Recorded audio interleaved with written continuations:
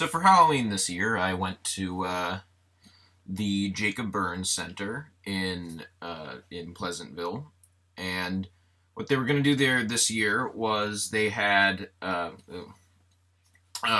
my appearance. I just woke up.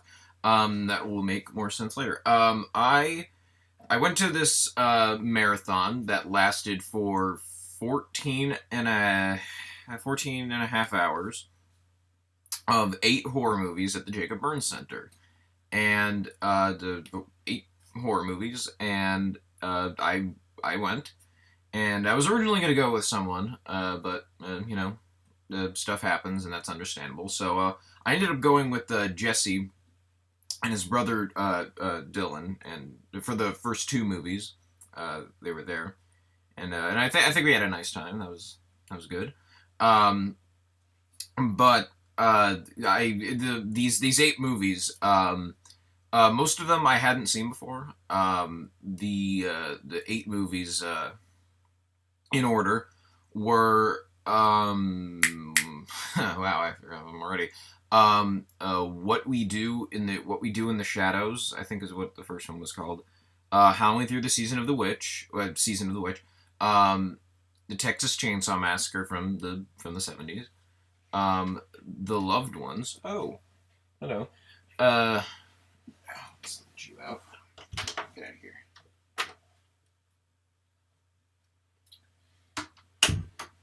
Very unprepared for this. The Loved Ones. The Loved Ones was number 4. The 5th one was House of Wax, which I'll say right now. With a marathon like this, it's very hard to not sleep. And I did sleep through House of Wax. I didn't sleep through any of the other ones. Just House of Wax. Whatever. But there was that. The Changeling, and that was 6. Number 7 was Willow Creek, and then number 8 was the Babadook. Now, when I talk about these ones, I'm not going to really be doing it in my normal, overly long, 40-minute each kind of review. I'm kind of just going to give my brief general thoughts, or at least I'm going to try, especially for a couple of them, because I would eventually like to do individual reviews of them, like Texas Chainsaw and Halloween 3.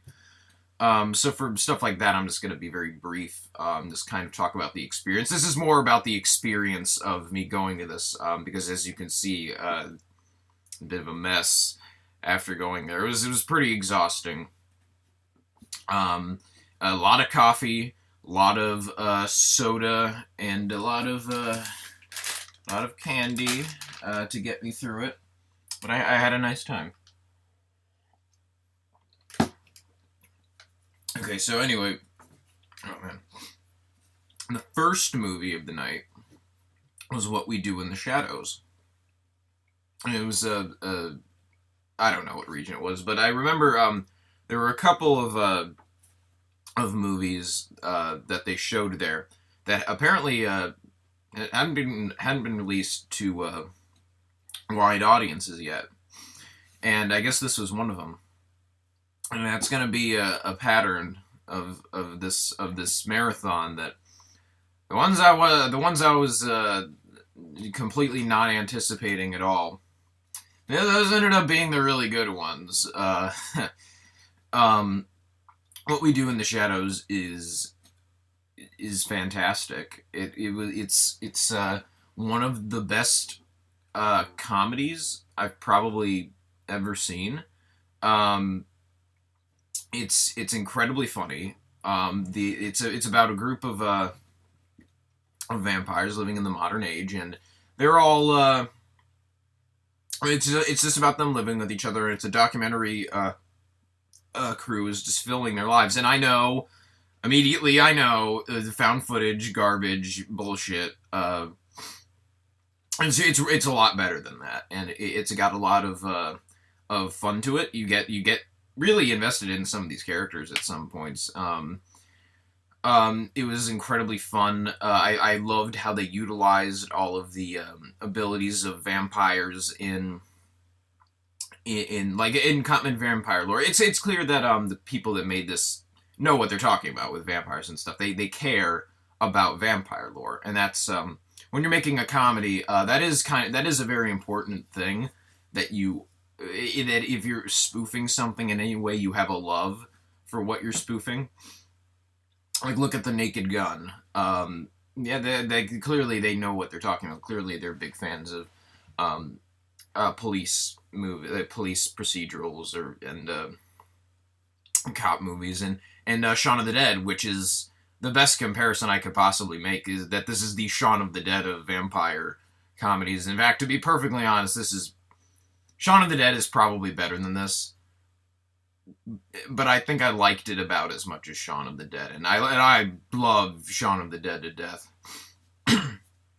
It's incredibly well acted. I did have some problems with it. I mainly that the movie has some problems keeping dramatic moments consistent. I don't really want to spoil anything, but also I understand that in low budget movies, especially one like this, and they usually do a fine job with the major special effects moments.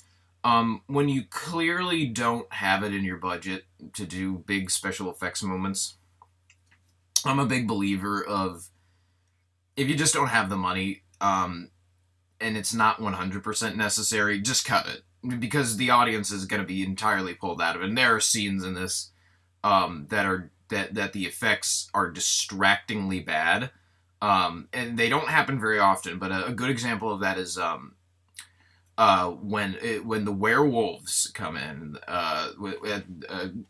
when they finally show the werewolves, they have these very large, very terrible looking werewolf costumes. They look wretchedly bad. And this isn't a special like a digital special effect thing, but it's just if you don't have the money for it, don't show it because I won't be completely taken out of your movie that I'm already super invested in. I had a problem with the soundtrack at times. I thought that it was a bit artificial, especially if this is going to be a documentary crew that they're just adding this soundtrack in post. There are definitely times when the soundtrack is fine, but there are also times when it just flat out feels manipulative. Um, so yeah, there was that. I loved What We Do in the Shadows. It's a pretty low 9 out of 10, but it's definitely one of the best movies I've seen so far this year, and it goes to show you, uh, you can get really surprised sometimes at movies that you see at some kind of film festival, school marathon thing that you've never heard of. It was great. The second movie that they showed was Halloween 3: The Season of the Witch, and I am a big fan of the Halloween movie series, film franchise. It sucks. The whole series is really bad. Other than the first two, none of them would get a passing rating from me at all. None of them. But three, three is kind of fun. Because it has a lot of elements that clearly they took a chance. They took chances. They made the protagonist a disgusting drunk, a womanizer, an adulterer, a shitty parent, just a terrible guy. He's just a complete asshole. You watch him and you're not even entirely sure if you root for him. It has a lot of things that they decided to make big chances, and I respected that. And I know originally Halloween 3 was supposed to be a movie that after and this isn't really major spoilers for the first couple of Halloweens, but the guys wanted the people John Carpenter wanted to end the Michael Myers story, and he just thought, I want to do an anthology every year of the weird stuff that can happen on Halloween. So he produced this movie. He did the score for it, and it's not a good movie. It's not particularly well acted, though. Tom Atkins, well, I don't know about Tom Atkins, but Dan O'Hurley was good. He was good. The thing to note about this screening of Halloween 3 was I thought the movie looked really good. I've only seen the movie really two other times, and it's no I haven't seen it look. I've never seen it look so good. That's probably just because it's in the theater, but it really did look like they did a lot of digital cleanups to a lot of the messier looking parts of the versions that I had seen before, which I thought that was fun. But the thing to note the most about this viewing was that it was basically a riff tracks of Halloween 3 because to anybody who knows anything about Halloween 3, it's usually considered a so bad it's good movie. And I don't always get that out of Halloween 3. But the guys who did the commentary, it was from a podcast called We Hate Movies.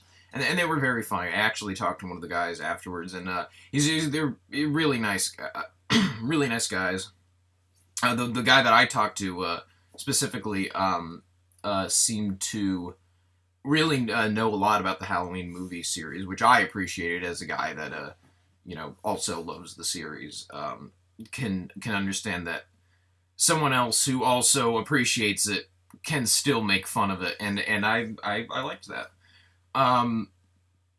It was definitely one of the more fun experiences watching a movie during the marathon.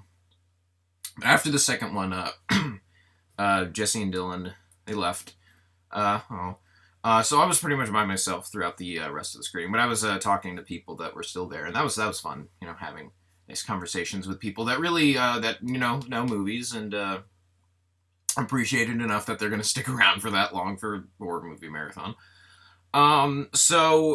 Third movie, the original Texas Chainsaw Massacre, another movie that at some point I would like to get around to for a review. Texas Chainsaw Massacre is a classic among classics of horror movies. It's right up there usually with like Halloween and The Exorcist and The Shining and Dawn of the Dead as one of the most fantastic horror movies ever made.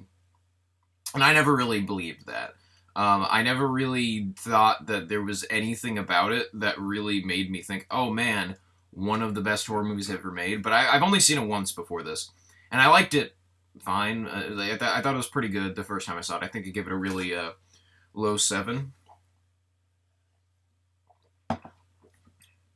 Watching it this time in a theater environment, I was really unimpressed this time. For the first 2/3 of it, I was kind of surprised at how not very good the movie was overall. The last third, I do appreciate more than I appreciated it the first time, especially considering that the surround sound, the different noises coming from every single little area behind me and around me. This is a very immersive experience in the theater. I appreciated it a lot. Just the ending is just like this cacophony of chainsaws and screaming and yelling and crying and more screaming and terror and hammers and loud noises and smashing and crying and screaming and crying, and it's just very loud after a while, which I get is the point. And it's done really well. It's very intense. The whole dinner scene I have a brand new appreciation for.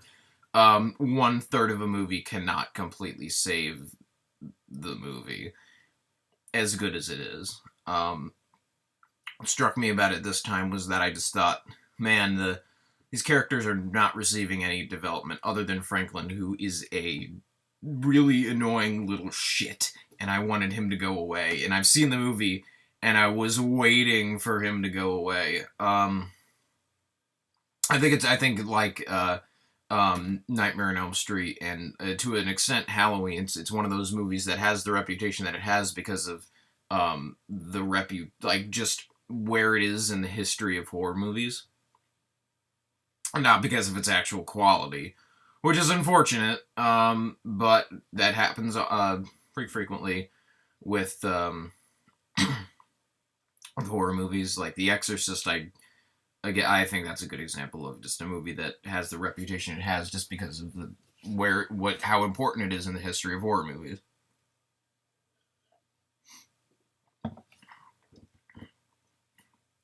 The next movie I saw was originally there was a problem with the production. We were going to see House of Wax next. So I'll just briefly say what I thought about House of Wax. I slept through it, but I did see about the first maybe 15 minutes of it. I was pretty tired at that point. But the thing was that I didn't want to stay up through that one because, first of all, it was not particularly engaging as far as I saw. I think it just had a lot of those 50s sensibilities, and I can maybe appreciate that sometimes when I'm watching a drama from the 50s. But with the overly loud, abrasive score, the acting that is really not very good on anyone's part. From what I saw, I only saw the first 15 minutes of it, or so. It's just the acting is the old school kind of cartoony acting of being overly chipper about everything, and when someone is upset about something, they'll do the this just doesn't make any sense, like that kind of stuff. I hate that shit. It's so annoying to me. The original kind of thing, where it's an original kind of horror story, but haven't really perfected it yet, so you're supposed to give them the leeway when dumb stuff happens. I wasn't really in the mood for it at that point. It was probably like 3 o'clock in the morning. So there was that. So I'll do now the fourth movie. The fourth movie I saw was The Loved Ones, a directorial debut of someone, apparently. And I hope it's their fucking last. Oh my god. Oh my god. Okay.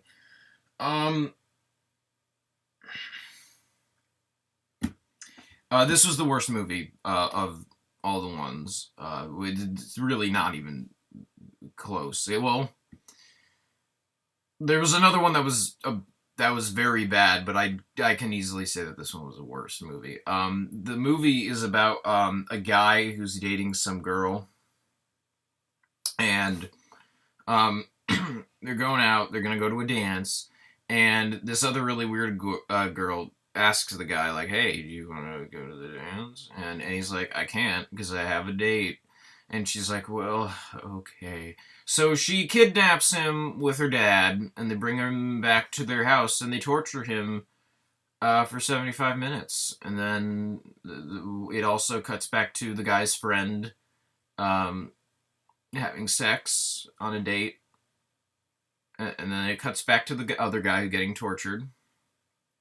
And he gets thrown in a pit with feral people. And he escapes and he runs her over. I don't care that I just spoiled the movie, because the movie's a piece of shit. It's fucking terrible.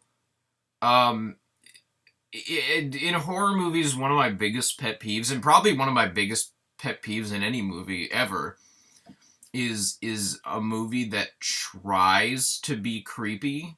I get horror movies are trying to be creepy because they're trying to be horror movies. I'm saying that the movie clearly is trying in a wrong way. Like, if you ever saw Texas Chainsaw Massacre, the beginning, there's a scene in that where the old woman is watching over one of the girls that I guess R. Lee Ermey has picked up, and was in just one of the girls that's in a slasher movie, and she's singing like, "Hush, little baby, don't say a word," and like she's singing that to her, and she's trying to, and the actresses, you can see like on the actress's face, they're like, she's trying to sing it in a whispered, like staggering way, and trying to make it sound creepy.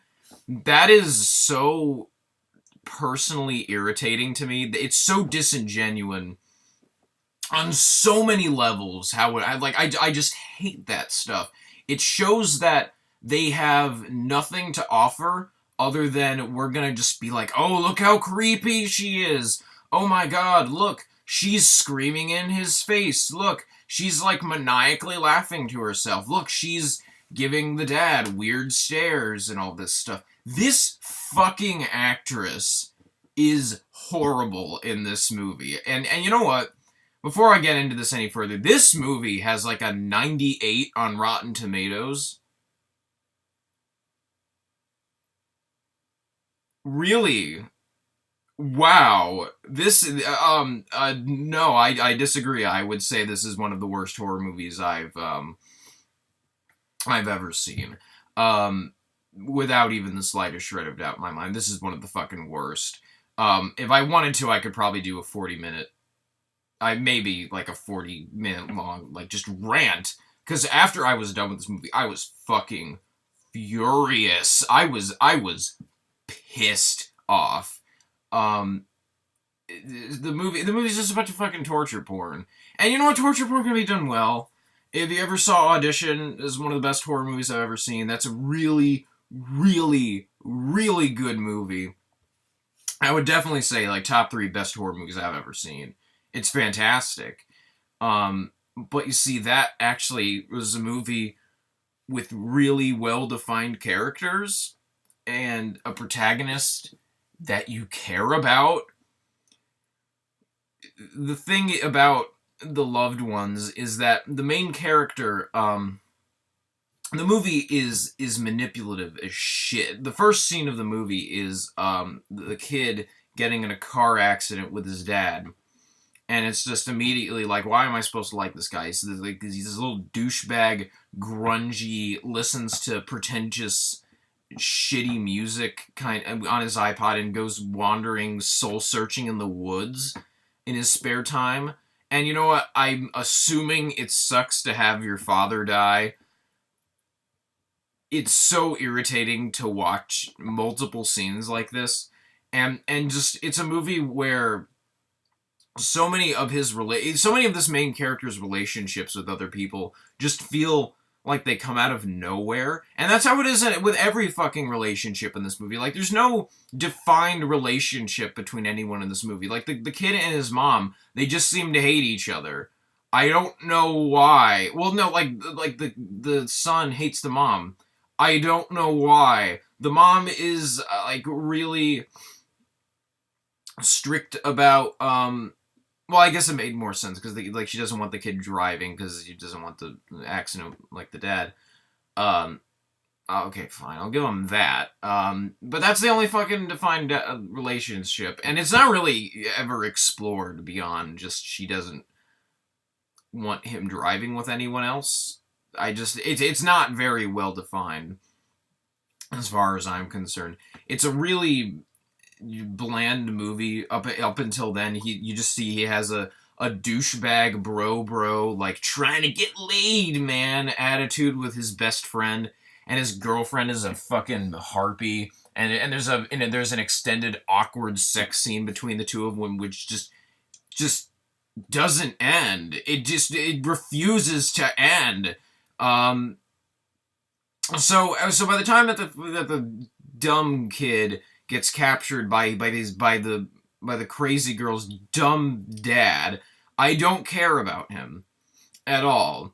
Not only do I not care about him, but in the dialogue scenes, he's pretty mediocre and bland, which is a fucking mile above everyone else in this movie. Every other actor in this movie who isn't that kid, the crazy girl and the dad, is horrible acting. It's so not believable at all. How fucking hard is it to pull off a role like this? You're a concerned mom. Do your best to look concerned, please. I mean, really. Is this the Last House on the Left? I was getting Last House on the Left flashbacks when, in the middle of a fucking torture scene, we cut to some some idiot that has nothing to do with the movie, and his fucking relationship never pays off. Him just having sex with a girl or taking her to the dance. Writing! Necessary writing! Fuck, this movie was terrible. It's a movie, it's just such bullshit. The whole movie's fucking bullshit. The kid gets captured by this crazy girl, and the dad, and her dad, and it's kind of hinted at, like, earlier on, the major twist that happens, which is what ends up happening is, okay, so this girl captures guys that she's, like, mildly interested in, and she captures them, like, people that mildly interested in and have rejected her, and which makes me wonder what she would have done if they said yes. Idiot movie. So she captures them and brings them back to her house. Captures them and brings them back to her house. And she just fucking tortures him. Like, she straps into a chair, like, beats the shit out of him. They kill his dog, which was... I'm gonna get into this later, with another movie that I saw, but that's such fucking... That is bullshit. I hate it when movies do that. Not just because he killed a dog, and I love dogs, but because it's a sloppy, shitty writing that we know we're supposed to hate the killer now. Because, like, oh, you killed a dog! That dog didn't do anything. So it's terrible. It's really, annoying to me. Oh my god. This movie was terrible. So they bring him back, and there's just, like, there's, like, 5 extended scenes of the movie trying to be creepy. Like, there's a scene where the girl is saying, if you don't pee in a cup, I'm gonna get my dad to nail your dick to the ground. And it fucking comes out of nowhere. And there's another extended scene of the dad hammering a razor into the kid's foot, like, a foot into the ground. There's an extended scene where hot water is poured on him. There's an extended scene where she feeds him chicken. Not, like, live chicken in a disturbing way, just they made chicken, and she feeds it to him, and he won't eat it. And she gets upset that he's not eating the chicken. This movie was complete bullshit.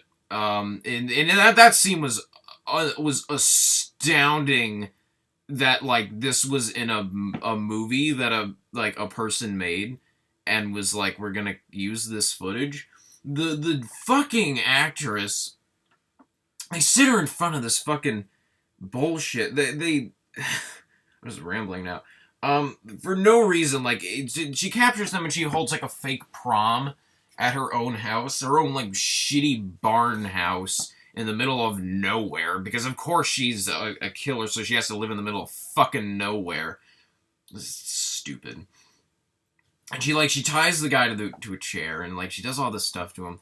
But there's just, like, this fucking scene where she just has, like, this chicken, and she's like, huh, this chicken's really good. And she just, like, shoves it in the guy's face, like, it's finger-licking good, right? Eat this chicken, it's finger-licking good. And she, like, just keeps, like, shoving it in his mouth. And she's trying to get him to eat chicken. This scene goes on for fucking 5 minutes. There's an extended scene about chicken.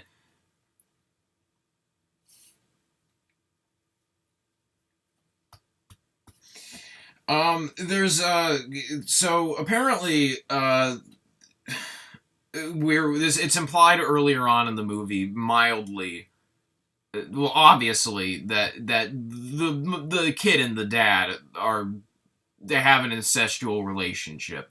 And you see, like, that kind of stuff, I don't like when critics say stuff like this about horror movies. Like, it's just something, I never like when critics say. It's like, oh, the movie ran out of ideas, so they just resorted to torture porn. I never really go there, but this is a movie where it just ran out of fucking ideas. The torture porn is what the movie is about, but it's like they ran out of torture porn to do. They were so non-creative and artistically bankrupt and just had no imagination that it's just like, you know what? Let's make the kid and the dad want to fuck. Fuck you, movie. Like, there was no reason for any of that. There's no reason. And I would be more okay with that if it had a fucking reason. No reason. You can't explain one to me. There's another scene and this was the scene where I'm just like, if I could get up and leave the theater, and I could just never find out what happens in the end of the movie, and I would be fine. She, like, finally, the kid finally escapes, and kills the dad, and the most fucking hammy ending. He, like, gets up and stabs him in the throat like 4 times. And that was another fucking thing. That this movie thinks it's awesome, and it's fucking not. Any time that, like, a badass moment or something will happen, like, intense, like, Slayer rock music, like, like, electric guitar chord, like, like, this is the, like, guitar, and this is, like, the pick, like, it's so fucking annoying. And that's another pet peeve of mine is fucking horror movie scores that are basically just rock music. It's stupid and it's fucking lame. This movie was so fucking lame. So they kill the dad by, like, stabbing him in the fucking throat like 16 times, and the girl's just patiently waiting over there for him to finish stabbing the dad 16 times, and then as soon as he's done, she politely then attacks him. Jumps on his back and, like, kicks him in to a pit that they have in their house, where apparently every time she does this to a guy, she, like, doesn't kill them, she throws them in the basement of her fucking house and leaves them there and, like, forces them to become feral people. Okay, first of all, really? This is your twist? That's it? Wow. Wow. How have the police not even tried looking for them? How is it that the movie never acknowledges this at all?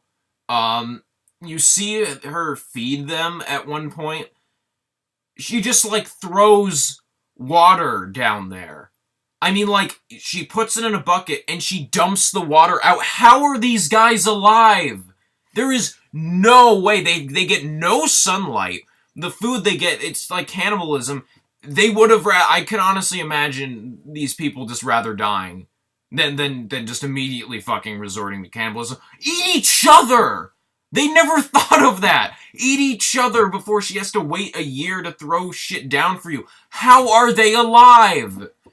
It's only there so it can have a fucking scene so this movie can rip off The Descent by having the guy fall down into the fucking cave thing, into the cellar, and like, fight the 3 guys, just like in the fucking Descent, and have it minimalist lighting, except The Descent did it well because it had natural lighting that made sense, and then there's just, like, some mysterious fucking light that's going in there. There's no window. How the fuck are they getting any light in there? It's stupid.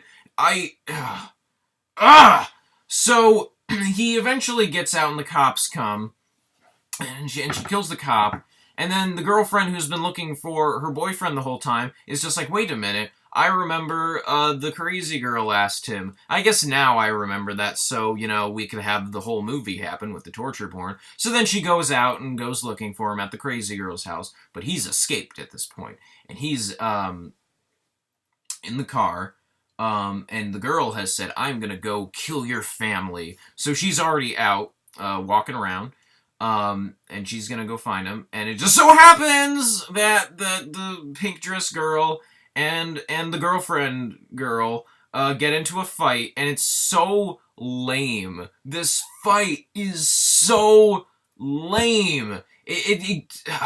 God damn. This movie's making really, really mad. It's so stupid. And then, so the guy, like, runs over the crazy girl, and then just, like, runs her over again. And then they go back home, and that's the end of the movie. This movie sucked. It's terribly acted, terribly scored, terribly plotted. Some of the worst fucking writing for a horror movie. Goddamn. You don't care about any of the characters. It's just a bunch of pointless shit. Like I said, they cut back to some guy that doesn't even matter. If they didn't have this plot in the movie, I don't even think it could have been theatrically released on any level. This movie, what is it, like 90 minutes? I don't know. There has to be at least 20 minutes of that shit with some stupid, pointless fucking kid who you don't like taking another, like, a goth girl out to a dance. There's an extended plot about that. Who gives a shit? Fucking Christ. And then there's another fucking twist. This movie thinks it's so fucking clever. So apparently, when they're at the girl's home,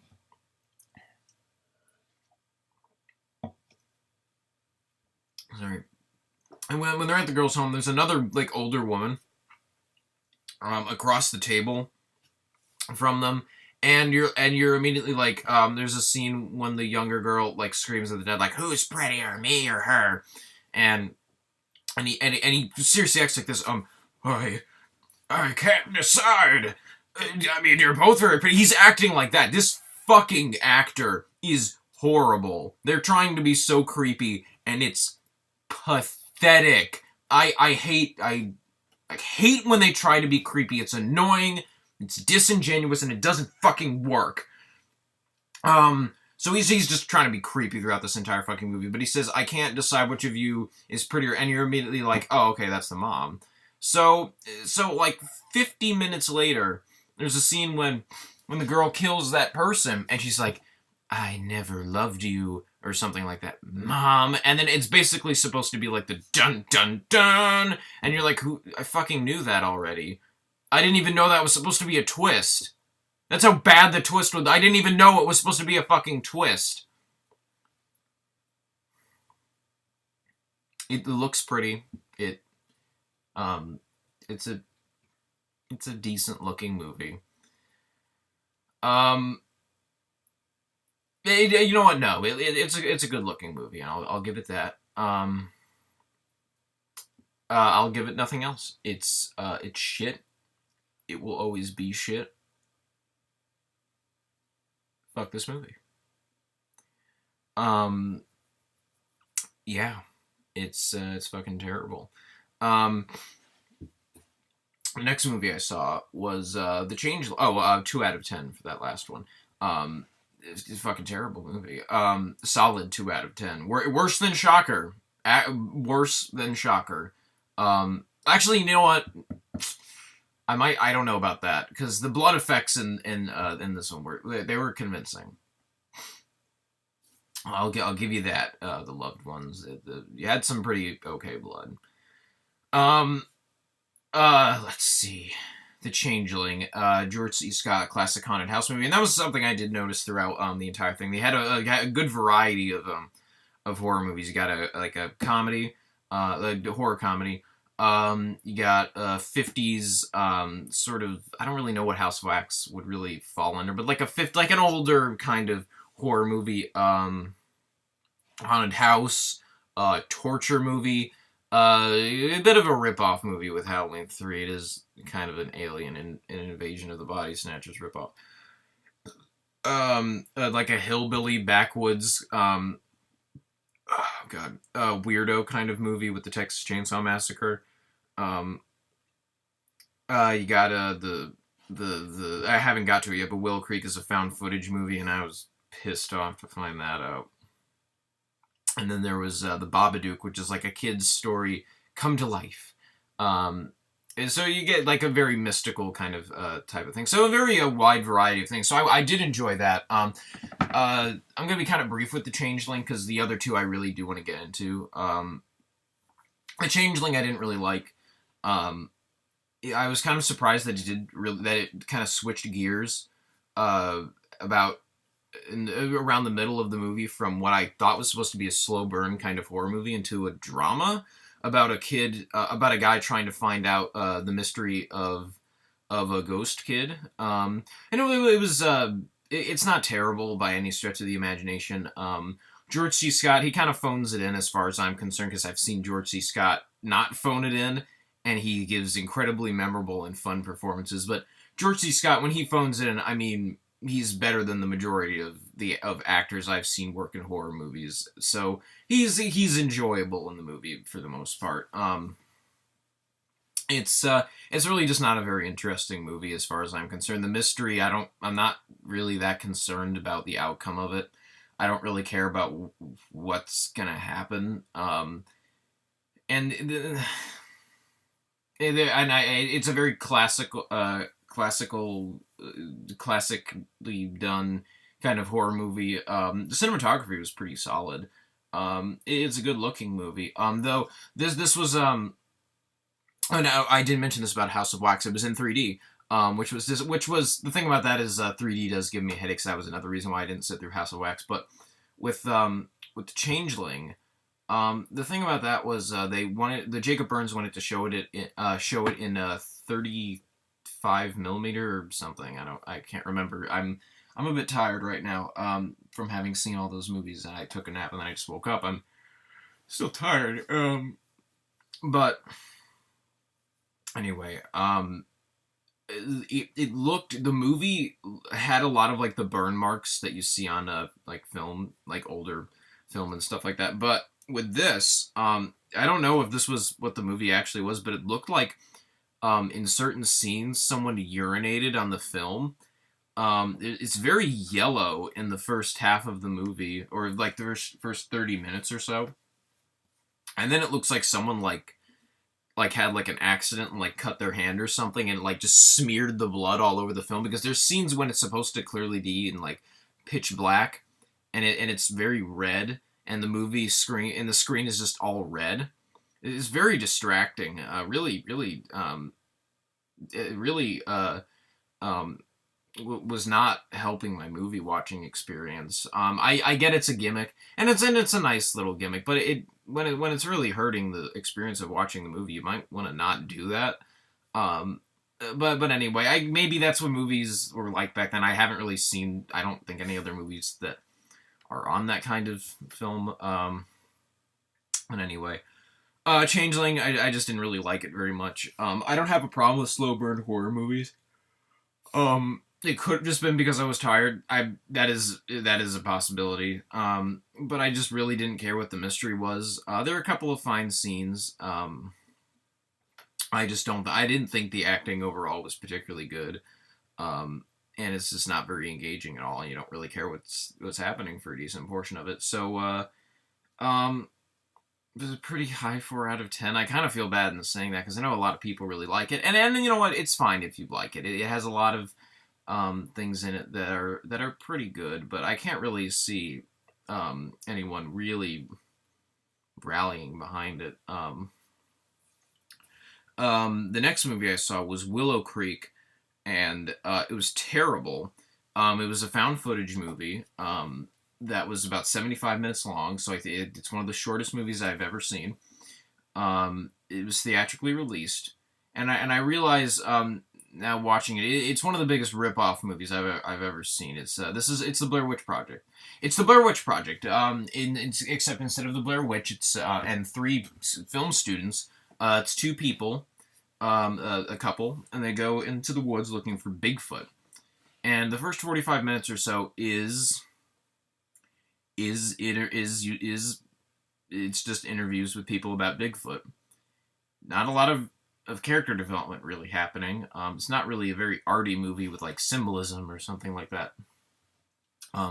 There's no like a lot of found footage movies.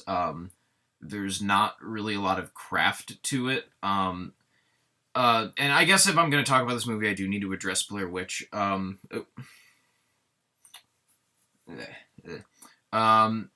I love Blair Witch. I think it's one of the best horror movies I've ever seen. Definitely top 10, possibly even top 5 best horror movies I've ever seen. I love it. I think it does a fantastic job of showing the mental breakdown of these characters in the woods. The three of them are very good actors, and I totally believe them as real people, and that's the point of that movie. And when scary shit goes down, you're sitting there like, oh man, what the fuck is going on? You're right there with the characters, and it helps because they don't really explain the Blair Witch very definitively in that movie. And I really, the main problem I have with that movie is just there are times when some of the conversations in the woods feel repetitive, which is probably what would happen. But there are times when it doesn't really add for interesting conversations with movies, and some of the beginning stuff is kind of, I don't know, um, not particularly overly engaging. As far as I remember, um, this movie is all of that to fucking 10. I'm not a believer, or like, it's not even that I'm not a believer. It's just I don't care. I don't care if a Bigfoot exists. I don't really care. I like, you know what, with something like Aliens, that's something like that would massively affect the way that the world would kind of see everything. Like religion it'd be like different and stuff like that.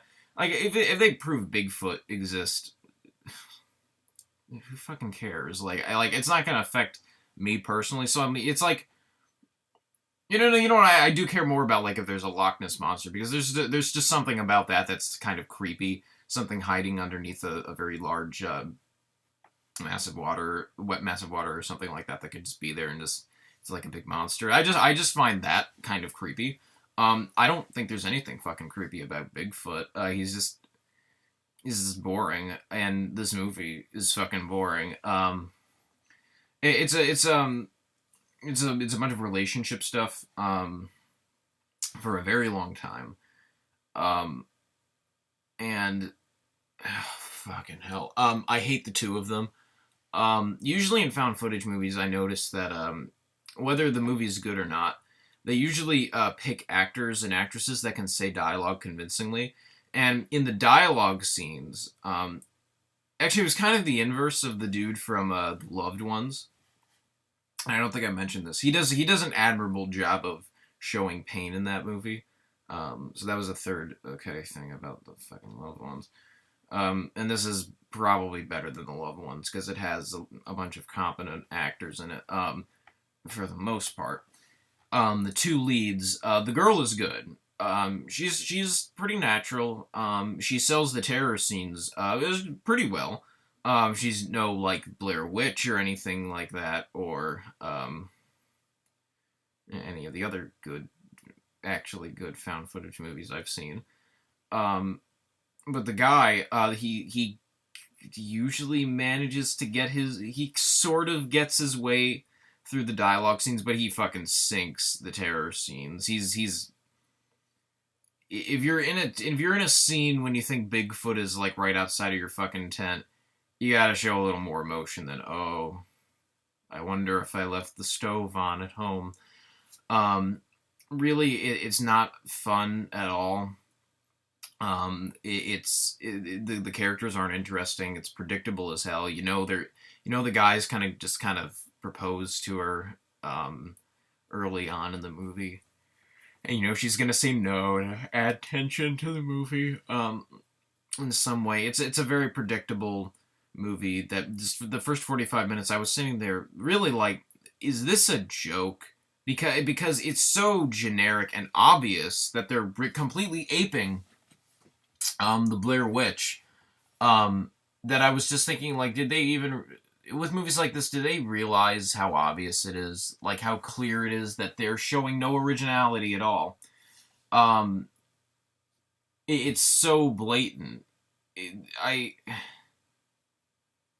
And the thing about ripping off the Blair Witch is, Blair Witch is a movie that is kind of lightning in a bottle. I don't really see too many other people, that many other filmmakers really doing what they did as well as they did. There's just something about the way that they directed that felt really real, and the way they do it and they had a very good build up. And with Willow Creek, first of all, they had too many Harbinger characters. I think that's the phrase that's used for that. Harbinger characters are the guys like, Friday the 13th, Crazy Ralph, the guy who's like, it's got a death curse. You don't go in there, you'll die. And that character. They have like 3 of those guys. There's too many, especially for a 75-minute long movie. Yeah, this movie's fucking 75 minutes, and 45 minutes is spent on fucking interviews about Bigfoot. Nice job, horror movie. Whatever. So they jump into the tension on Bigfoot way too quickly. Goddamn. It's not very good. When the tension does come, it comes out of nowhere. I remember there's a scene like they just like they go into the woods, and then like they set up the tent. They go swimming. They go back to the tent, and it's destroyed. And then they go, and then they reset up the tent. And then that night they're harassed by Bigfoot in a shot that went for a continuous shot for about 20 minutes, which would be impressive. With no edits, it was just one single shot, which would be impressive if they were saying anything, because they're not saying anything at all, and nothing of any importance, and there's kind of a slight noise going on in the background, and then about 20 minutes later, like, just hear like clapping in the background, and this movie's boring me talking about it. You know what? The point is, it's just a really slow, shitty movie that just completely wastes the audience's fucking time. If I was an actual audience member that paid money to see this in the theater, I would have asked for my fucking money back. Because not only is this a 75-minute movie, but it's not a good 75-minute movie. In fact, I can't really think of that many movies out there that I've seen that are 75 minutes that are even good. God damn. It doesn't even feel like you've seen a complete story most of the time with 75 minutes. And to have it be this, of just a couple of assholes just dicking around in the woods, which they didn't prepare very well for this. Like, the guy immediately takes off all of his clothes and starts swimming around. Like, did he bring any spare clothes or something? Clearly he didn't bring a map. A real fucking smart guy. I wonder if he even brought food, the idiot. Jesus Christ. Maybe that's why Bigfoot went after you, fucking idiot. Or maybe it was he brought food or something. Whatever. Fuck this movie. It was terrible. It was boring and stupid. It was lame. You know what? That's what this movie. It was just a lame, shitty found footage movie. And you know what? This is probably the worst found footage movie I've ever seen, because you know what? Something like Paranormal Activity 3, yeah, it like ripped off other shit. Ripped off, apparently, The Changeling, like Nightmare on Elm Street and The Shining. Fuck you. And it's just boring and long. But you know what? That movie tried to fucking scare you at times. This movie just, up until the last, 10 minutes, the movie's not even fucking trying anymore. And you just don't care. You don't want to see either of them get out of the woods at all. And beyond the meta knowledge of you go in knowing that they're gonna die, you don't give it. You're not I want to see if they're gonna make it out. You just don't give a shit. You just don't give a shit for the entire movie. And it was a fucking terrible movie. Terrible. For the natural acting, some of the people that they interviewed were pretty good, actually. In fact, there were some of the people I actually made me believe they may have really interviewed a guy whose dog died, which I kind of hope they didn't. Anyway, this movie sucked. Thank God for the Babadook. Oh my God. Okay.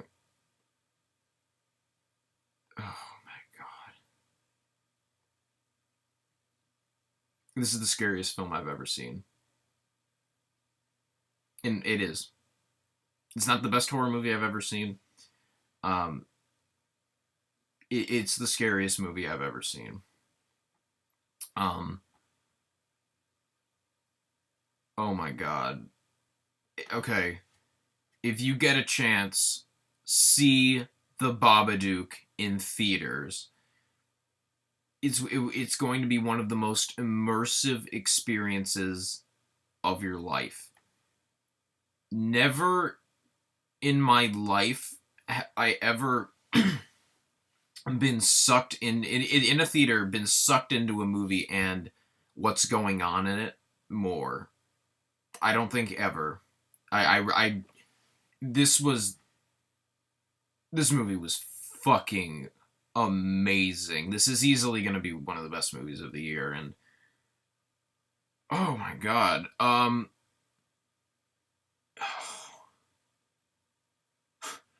stunned. I'm still stunned. That movie was way to end it. Not the movie, because wow, was the ending bad, but everything else was fucking excellent. I'll be brief about this one. It's about a children's storybook that comes to life, and it's really it's you would think that that's some kind of cheap stupid thing, but it's really well done, and they picked a very menacing creature to be attacking them. It's like a trench coat and a top hat, and um that it's around because a trench coat and a top hat will disappear, and it's really not goofy at all. Like, that sounds like it would get really stupid and silly real fast. It never does. It's every time it ever shows it's just a top hat and a coat. It doesn't do anything. It just stands there. Like, it not the Babadook. It's just hanging up there. And you see it, and I remember in the theater going. I actually remember me in the theater sinking into my chair about 3 times, and I fucking never do that. I'm gonna be really brief with this one. The acting is. This woman needs a fucking Oscar for this. What she is able to do in this movie is it's stuff I've never seen an actress do before. It's a phenomenal performance. The kid is also he gets through it. He's fine. They definitely could have picked a worse one. Definitely could have picked a better one. It's a very engaging story because for the most part it's a drama for the first half an hour or so, and then the rest of it is it's a drama in the beginning, and it really does make you care about these characters. And the Babadook is a very minor part of the drama of this woman trying to take care of her kid. But on the point that I said about the scariest movie I've ever seen, I have never seen, maybe only other than The Shining, have I ever seen a movie more mature about scares than this one. And especially in the modern age of horror movies that just, boo! Scary! In your fucking face! Startle scary! It's like a boo in your face, really big shit. And this movie doesn't do that. And it's creepy as hell. This is easily I've never had a nightmare before about a movie, except for Audition. I'm going to have nightmares about the Babadook. The scene the Babadook first shows up is the scariest scene I've ever seen in a film in my life. What the fuck? To anybody who has seen this movie before, what the fuck was that? Like, I can't even believe that the whole theater just didn't like scream out like holy shit. Like, I would have left I was actually praying for the movie to end at one point, because like I was freaking out. I've never had an experience where I was just like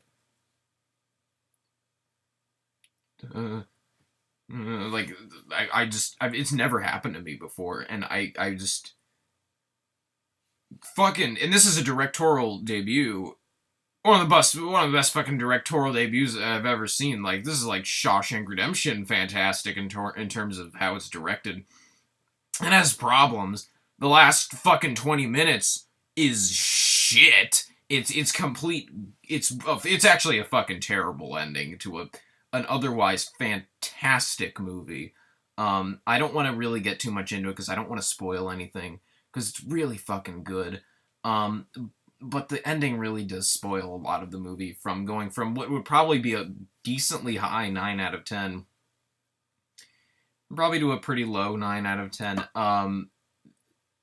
Oh god, this movie was fucking excellent. And that wasn't much of a review, but this is just brief thoughts on it. And I don't want to spoil it because this movie's really fucking good. And if you don't want to be scared, fucking don't watch The Babadook because it's an experience that you're never gonna forget. Yeah, it was just a really fantastic movie, and um I never thought I would see a movie that I could honestly say was much scarier than The Shining. Not only is this movie scarier than The Shining, it's much scarier than The Shining actually, and I love The Shining to death. It's still my favorite horror movie. Still the best horror movie probably ever made in terms of actually being scary. And The Shining still scares me. And maybe much is a strong word, but there are scenes in The Babadook I'm never gonna forget. Never, ever, never, ever gonna forget. There are a couple of trite moments. There's a scene when the dog pointlessly dies. It's bullshit. It's fucking pointless. There are a couple of little characters in the movie that are a little too overly simplistic. Like another kid tells another kid like, "You're worthless because your dad died in a car crash," which was really just him saying, "I don't want to be around you and your mom anymore." It's dumb stuff like that. It's just like bad writing in that moment to get the kid to want to like attack her to increase the tension for the movie. Um, but anyway, it's fucking Babadook, man. Oh my god. It's fucking excellent. So that's pretty much it. I loved it. This whole Jacob Burns experience was pretty draining, though. I'm probably gonna have to take a break from watching movies for a little bit, because of how like that. I need to just take a break from watching movies now because of how epic that was with all of those movies. But anyway, yeah. See What We Do in the Shadows and see the fucking Babadook. It's really good. And set fire to a copy of The Loved Ones and Willow Creek.